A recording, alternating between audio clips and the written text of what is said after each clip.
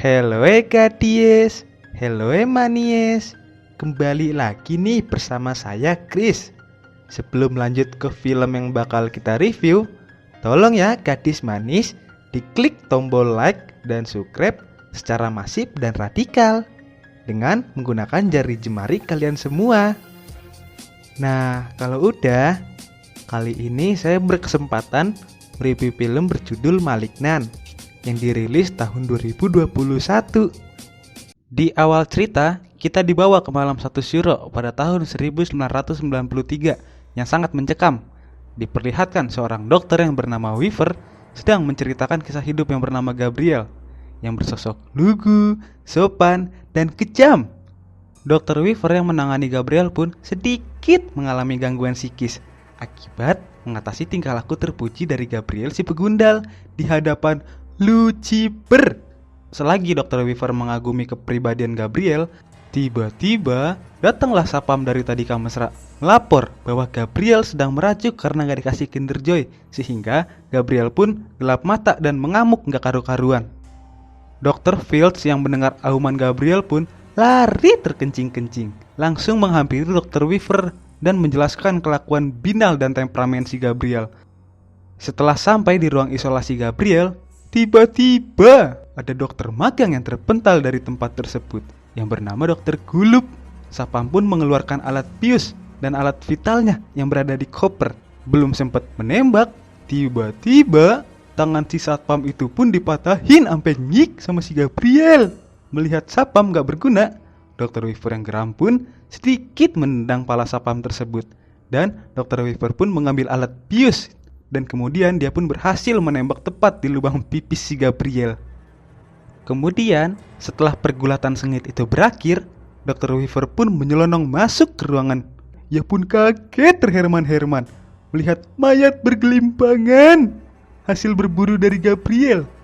Setelah dibius, Gabriel pun dipersilakan masuk ke ruang isolasi. Kemudian dia pun dipasung dan ia pun memberi pesan yang bermoral melalui transmisi radio buduk yang berisi, "Gua bunuh lu semua, gak suka gue diatur-atur," ujar Gabriel. Kalau dilihat-lihat sih, sosoknya Gabriel ini mirip kayak siluman cincorang ya guys. Dari gelagat-gelagatnya tuh, dari tangan sama kakinya mirip banget kayak cincorang. Apakah dia itu anak siluman cincorang? Ya nggak tahu. Ya kau tanya saya. Daripada penasaran, yuk kita lanjut lagi. Hayu. Setelah itu, kita dibawa ke tahun 2019. Diperlihatkan seorang wanita karir yang bernama Madison baru pulang dari pabrik baja. Kemudian Madison pun masuk ke rumah. Sesampainya di rumah, Madison nampak kelelahan karena kondisinya sedang bunting dan disuruh ngangkat baja seberat 15 kg setiap harinya sebanyak 25 batang. Dan Madison pun disambut hangat oleh suaminya yang bernama Usman. Madison yang geram melihat kelakuan Usman yang kerjanya cuma rebahan sambil main Tinder, langsung memaki suaminya itu dengan lembut dan penuh amarah. Usman, udah punya istri, masih aja cari lobang lain terus. Emangnya lobang kayak gimana sih man yang biar bikin lu setia? Apa perlu nih lobang bool gue kasih ke lu? Di saat Madison sedang nyap-nyap gak karuan, tiba-tiba sifat Usman yang temperamen pun muncul secara tiba-tiba, sehingga amarah Usman pun memuncak. Dan di saat titik klimaksnya, Usman pun sedikit menoyor pala istrinya tersebut hingga benjol gede dan bocor-bocor. Kemudian tanpa rasa bersalah pun Usman pergi menggoda istri tetangga. Sesudah puas menggerayangi istri tetangga, Usman yang lemes pun akhirnya tertidur pulas. Di saat Usman yang tertidur lelap, dia terbangun karena bunyi suara au au au. Ternyata bunyi suara itu bunyi suara blender yang nyala sendiri. Pas dimatiin, tiba-tiba pintu kulkas terbuka sendiri. Belum selesai di prank, sekarang TV-nya yang nyala sendiri. Di sini Usman udah mulai gelisah, guys. Pas Usman ngecek, tiba-tiba ada sosok wanita yang sedang duduk manis. Pas Usman nyalain lampu, hehiho, tiba-tiba dua cewek gue hilang, coek. Si Usman udah mulai gemeter bin pipis celana. Pas Usman mau lanjut tidur lagi, bukannya tidur di sofa, Usman malah tidur selama-lamanya di kuburan. Usman langsung dielus palanya sampai bolong sama sosok perempuan misterius tadi. Usman, kasihan banget sih. Cuman perkara jedotin tembok, kenapa nyawa yang melayang? Kemudian, Madison pun terbangun karena palanya yang masih nyut-nyutan akibat dijedotin ke tembok. Usut boleh usut, ternyata darah di palanya masih ngocor-ngocor. Dan Madison pun pergi ke dapur untuk minum vodka agar janinnya sehat dan bugar. Sesampainya di dapur, Madison pun histeris kegirangan karena Usman suaminya tercinta udah meninggal husnul khotimah dengan keadaan kepala bolong. Dan di saat Madison ingin mengobatinya, tiba-tiba sosok wanita tadi muncul dari belakang jasad suaminya dan Madison pun kabur. Di saat dia menutup pintu, Madison pun terpelanting ke jendela karena dobrakan yang dilakukan oleh sosok misterius tersebut dan Madison pun pingsan. Di saat sadar, Madison sudah terbaring di ranjang rumah sakit dan ditemani oleh adiknya yang bernama Sydney dan memberitahu bahwa bayinya gugur alias meninggoy. Dan 2 minggu kemudian ia pulang ke rumahnya. Di saat malam hari, Madison melihat dari jendela rumahnya ada sosok di bawah tiang lampu jendela. Namun itu cuma paranoidnya aja. Tapi saat dilihat lagi, sosok tersebut sudah menghilang. Karena ketakutan, Madison yang paranoid pun langsung menutup semua akses yang bisa dimasukin ke rumahnya hingga dia pun tidak bisa keluar dari rumahnya sendiri. Wadaw!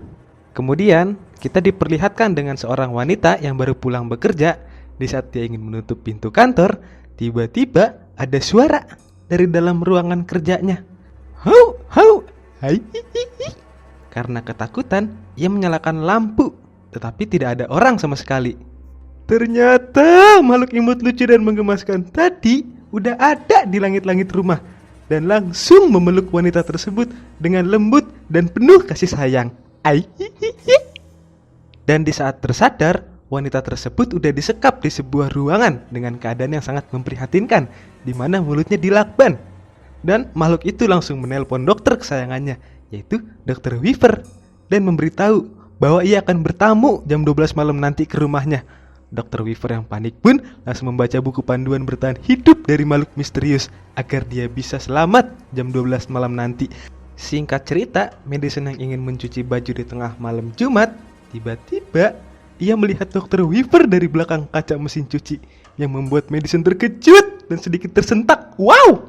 Dan kemudian Madison mengalami kram kaki yang membuat badannya tidak bisa bergerak. Tiba-tiba sosok imut lucu dan buas tersebut muncul dari belakangnya dan langsung membanting Dr. Weaver dengan lembut dan sekeliling ruangan rumah Madison berubah menjadi rumah Dr. Weaver. Dr. Weaver yang kenal sama makhluk tersebut ingin memberitahu sesuatu, namun ia tidak bisa dapat mengucapkan sepatah kata dan langsung dihabisi menggunakan piala olimpiade penunggingan milik Dr. Weaver. Madison pun teriak dan tersadar kembali di dekat mesin cuci. Hah! Kemudian polisi pun tiba di rumah Dr. Weaver dan langsung menjalani olah TKP dan menertawakan jenazah Dr. Weaver karena dibunuh menggunakan pialanya sendiri. Cah! Begitulah tawa seorang polisi tersebut. Dr. Weaver pun langsung dimakamkan di sebelah rumahnya. Wow, angker tuh rumahnya pasti. Ai. Singkat waktu, kita pindah ke kakek tua bangka yang dulu membantu Dr. Weaver dalam menghadapi sosok misterius 30 tahun yang lalu. Ia sudah masuk kategori layak bunuh oleh makhluk misterius tersebut.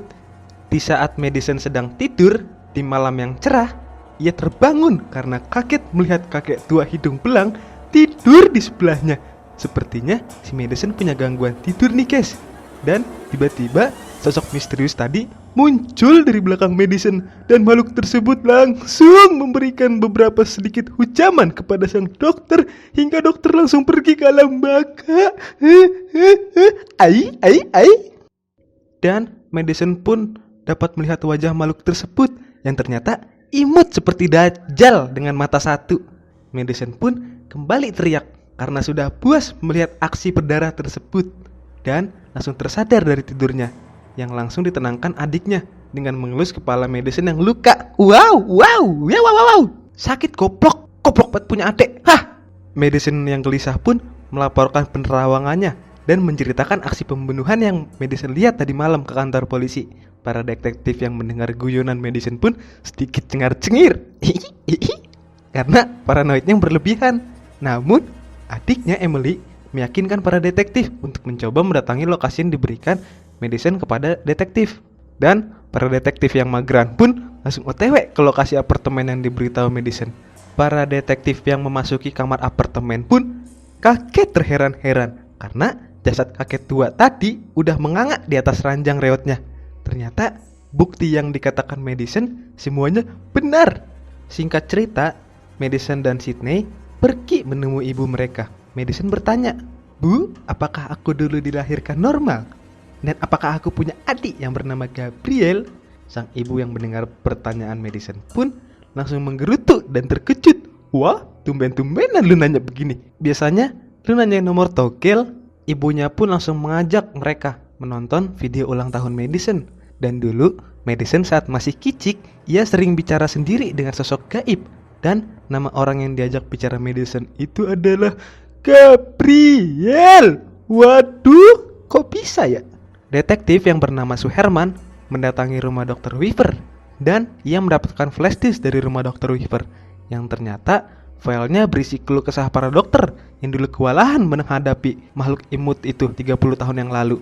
Yang meninggal udah 2 dokter, sekarang tinggal 1 dokter lagi, dan makhluk imut itu dapat menyelesaikan misinya. Tanpa pikir panjang, Suherman langsung pergi ke rumah dokter, target terakhir makhluk tersebut. Singkat cerita, Madison pun mendapatkan wangsit lagi, dan tiba-tiba kamar mandi di sekitarnya berubah menjadi rumah dokter Kulub. Madison pun live streaming lagi dengan melihat kematian dokter Kulub yang sangat mengenaskan.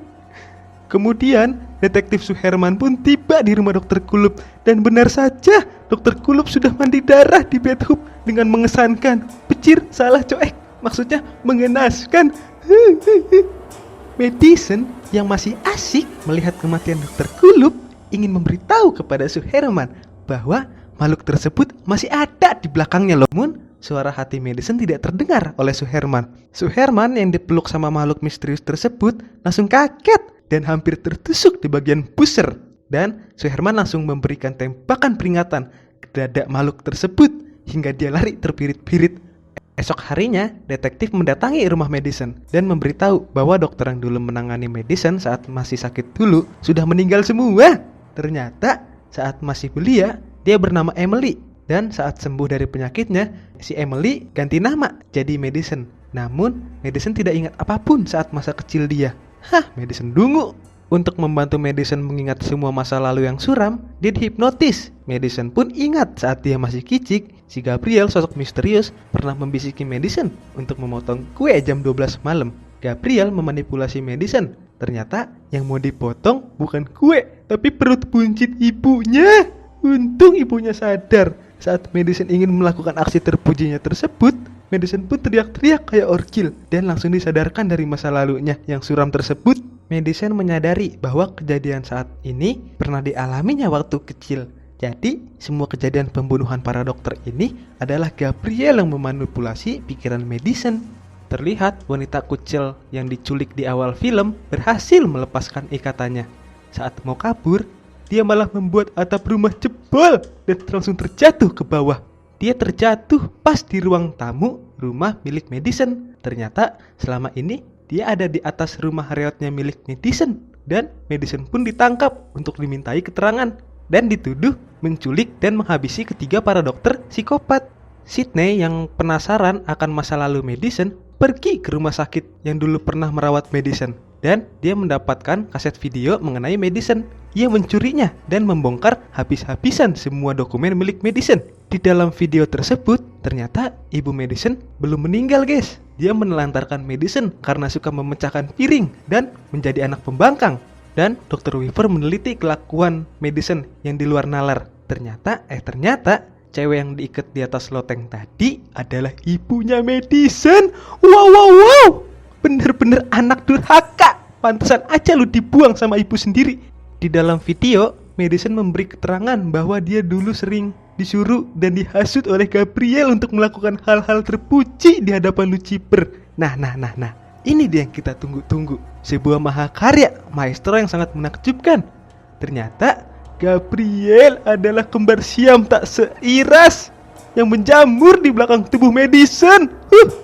Kembaran Madison tidak berkembang saat lahir dan memilih menempel di punggung Madison. Pengen deh punya cewek kayak Gabriel, lucu, imut, cacat, berbadan 2. Kalau hamil jadi berbadan 3 tuh ya Madison ya.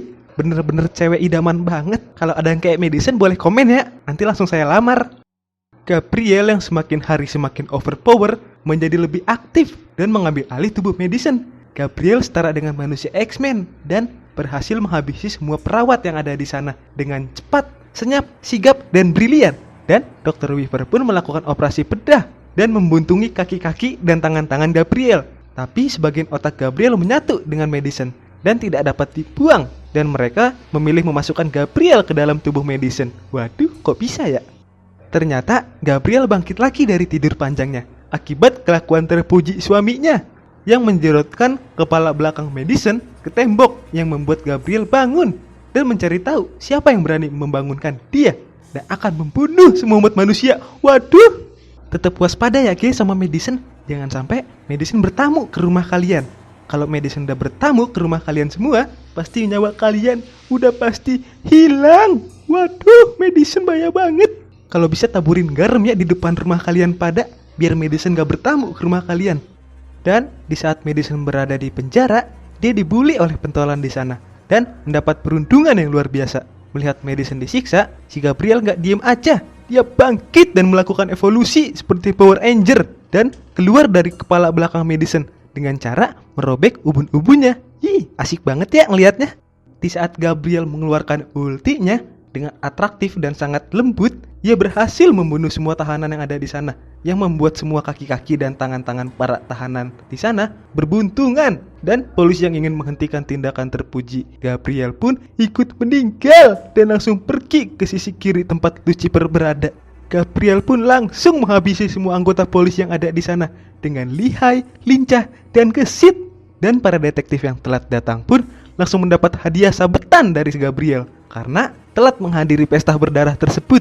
Dan saat Madison sudah puas melakukan aksi terpujinya, dia langsung pergi menuju rumah sakit. Ternyata di rumah sakit tersebut ada ibu kandungnya Madison dan Sydney adiknya. Ia berniat untuk menghabisi ibunya karena sudah membuangnya semasa kecil. Hari-hari Madison kecil dipenuhi dengan tangis dan air mata karena ia menjadi gempelan. Dan tiba-tiba detektif pun datang dan langsung menembak Gabriel. Namun naas, ia terkena counter Gabriel dan langsung melempar pisau dan menancap tepat di pentil detektif tersebut. Sydney juga ingin mencoba peruntungan dan mengambil pistol untuk menembak Gabriel. Namun naas, Gabriel yang memiliki 2 kepala dan 4 mata pun langsung melempar ranjang yang membuat Sydney terhimpit dan hampir nyik. Madison mencoba mengambil alih dirinya, namun sulit dan tidak mungkin. Dan Gabriel yang sudah sangat beringas dan puas langsung menembak Sydney dan menghabisi ibunya. Ternyata si Madison yang dari dulu dimanipulasi pikirannya, sekarang Gabriel yang termanipulasi oleh Madison. Dan Madison berkata, semua kekuatan Gabriel yang ia miliki, ternyata Madison juga memilikinya. Dan untuk memanipulasi pikirannya juga Madison mampu, karena otak mereka menyatu. Namun bagian Gabriel isinya otak-otak kesenangan Lucifer semua. Dan sekarang Madison berkuasa penuh atas pikiran dan hak-hak patriarkinya. Dan Gabriel pun dipenjara di dalam pikiran Madison dan kuncinya dibuang entah kemana. Jadi Gabriel udah gak bisa lagi berkeliaran di benak-benak Madison untuk memanipulasi pikirannya. Madison pun mengangkat ranjang untuk menyelamatkan adiknya Sydney. Dan ibunya yang penuh rasa penyesalan pun nangis terseduk-seduk. Dan film pun berakhir. Jadi gimana guys kesimpulannya? Film Malignant ini bikin urat nadi titit kalian berdenyut-denyut kan? Kalau yang gak punya titit jangan iri ya. Menurut saya sih film Malignant ini bikin pusing. Yang gak nyangka ternyata si Gabriel satu tubuh sama Madison. Jadi gimana tuh ya? Kira-kira ada yang mau nemenin Madison lagi gak sehabis film ini selesai? Kira-kira guys ngitung gak Madison udah ngebunuh orang berapa kali dari awal film sampai akhir film? Kalau dari ilmu taksir saja sih ya sekitar 50 orang lebih nih. Itu yang kesorot kamera ya guys. Gak tahu deh kalau di luar kamera. Kayaknya sih sekitar 1000 sampai 2000 orang kali tuh yang meninggal akibat keganasan si Gabriel. Udah gitu aja ya guys. Jangan lupa like, komen, dan subscribe kalau suka dengan review film dagelan dari kami. Terima kasih ya. Ai.